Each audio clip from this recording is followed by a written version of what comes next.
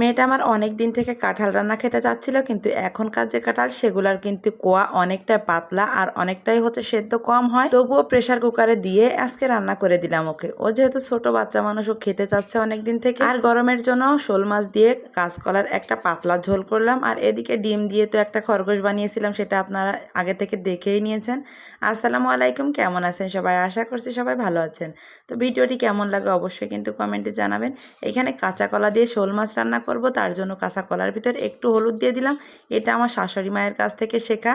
আমার যখন নতুন বিয়ে হয় তখন তার এই কাজটা দেখে আমার একটু রাগ হয়, কারণ হলুদ যেহেতু দুইবারে নষ্ট করা হয়, এই জন্য একটু রাগ রাগ হতো। কিন্তু সেই জিনিসটা এখন আমার অভ্যাসে পরিণত হয়ে গিয়েছে। আর এদিকে একটা কাঁঠালের অর্ধেকটা নিয়ে এসেছিল আপনাদের ভাইয়া, সেটা সুন্দর করে পরিষ্কার করে ধুয়ে নিলাম। আর এদিকে শোল মাছের আজকে উপরে চামড়াটা ফেলে দিয়েছি, দিয়ে সুন্দর করে কেটে দিয়ে পরিষ্কার করে লবণ হলুদ মাখিয়ে নিয়ে এখানে হচ্ছে ভাজার জন্য দিয়ে দিলাম।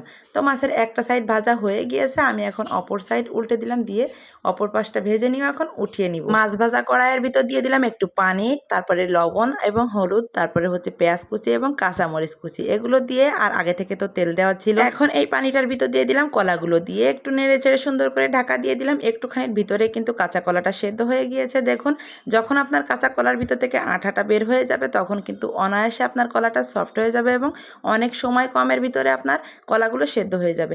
এখন এই তো ঝোলের পানিটা বলক চলে এসছে, এখন দিয়ে দিলাম পেঁয়াজ বাটা, রসুন বাটা এবং জিরা বাটা, তারপরে দিয়ে দিলাম মাছগুলো দিয়ে খুন্তি দিয়ে আরেকটু নেড়ে চেড়ে দিয়ে ঢাকা দিয়ে দিব, দিয়ে ওদিকে চলে যাব পানি খেতে। বারবার কিন্তু রান্নার ভেতরে এসে এসে পানি খেয়ে যাচ্ছিলাম। পানিটা খেয়ে একটু পান খাবো, পান খেতে খেতে কিন্তু আপনাদের ভাইয়ার বকাও খাচ্ছিলাম। আর এই তো পানটা মুখে দিয়ে চলে আসলাম আবার রান্নাঘরে।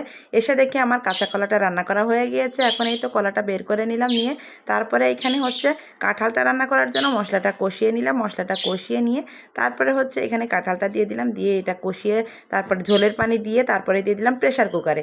আর এটা প্রেসার কুকারে না দিলে কিন্তু একদমই সেদ্ধ হয় না, যেহেতু অনেকটা পাতলা কোয়া থাকে, তার জন্য প্রেসার কুকারে কাঁঠাল সেদ্ধ হতে হতো কিন্তু আমার অনেকগুলো বাসন মাজা হয়ে গিয়েছে। তারপরে এদিকে কাঁঠালটা সিদ্ধ হয়ে গিয়েছে, অন্য একটা পাতিলে নামিয়ে আমি ঢাকা দিয়ে চলে আসলাম বাহিরে।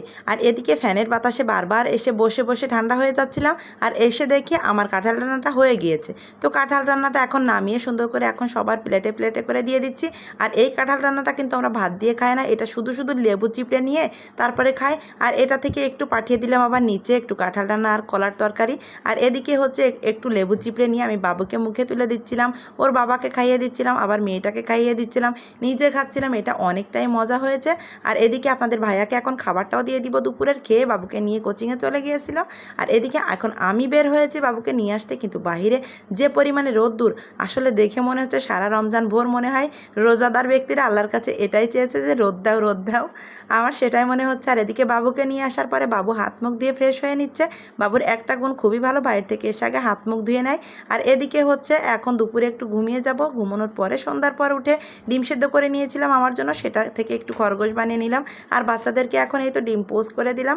আর এই ছিল আমার আজকের ভিডিও। কেমন লাগলো অবশ্যই কিন্তু কমেন্টে জানাবেন। ভিডিওটি ভালো লাগলে অবশ্যই আমার চ্যানেলটিকে সাবস্ক্রাইব করে দিয়ে আমার পাশে থাকবেন। সবাই ভালো থাকবেন, সুস্থ থাকবেন, আল্লাহ হাফেজ।